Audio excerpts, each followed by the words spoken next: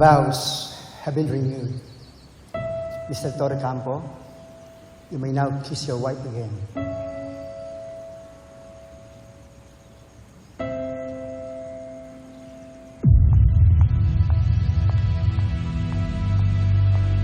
Itigil niyo tong kalokohan na to!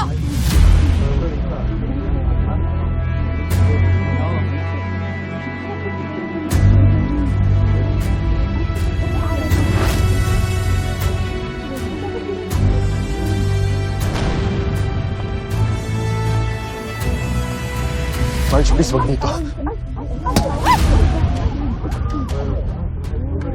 Dito dapat! Sa harap ng lahat! Sa araw na napinili niyo na kunwaring solid tong pamilya na to! Marge, tigilan mo yan. Please don't join this occasion, not in our home. This house is not a home! This house is a slaughterhouse ng mga nagtiwala! Baboy ang bahay na to! Dahil pinatira niyo ang dalawang baboy sa isang bubong! Ang galing mo rin, ano? Huwag mo akong hawakan! Sa dami ng bahay na nabenta mo, hindi ko akalain na pati asawa ko nakalisting na rin. Marge, ano ba? You're just embarrassing yourself. Ano? Kulang pa bang komisyon mo? Na pati kama ko kailangan pasukin mo para kumita? Masarap ba? Teya? Masarap bang kumain ng asawa ng iba?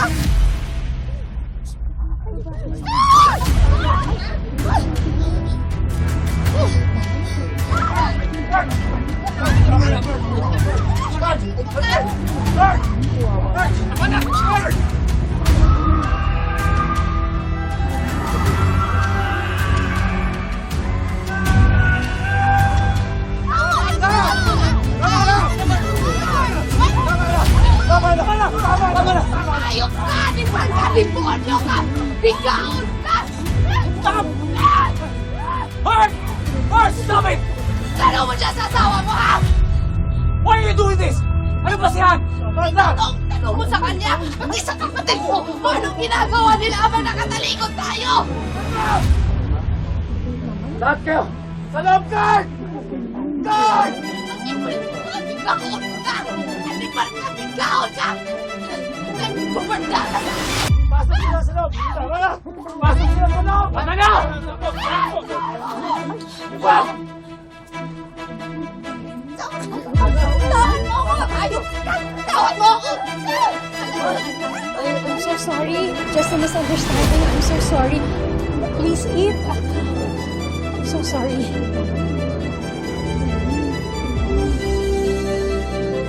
Rudy, please. Pabor naman yung mga dito hindi ng videos. Telephone nga, Rudy. Please, bahala ka na.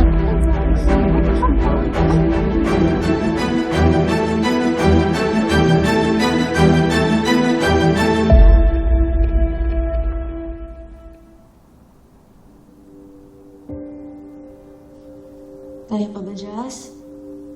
Sabihin mo lang, ha? Para makatawag ako ng nurse kung may iba ka nang nararamdaman. Medyo na-drain lang po ako, tita, pero goods po. Napaka-brave mo talaga. Kailangan po, tita, eh. Sayang naman po yung pagod nila, mami, kung susuko lang ako. Sila lang po talaga yung rason kung bakit ko ito nilalaban. I mean, ang daming bagay na hindi ko po kontrolado ngayon. Ito, wala akong magawa. Ang daming hindi sure. Like kung gagaling po ba ako or what. Pero sila po yung constant ko. Their support and love for each other sa akin. As long as buo kami, kakayanin ko po.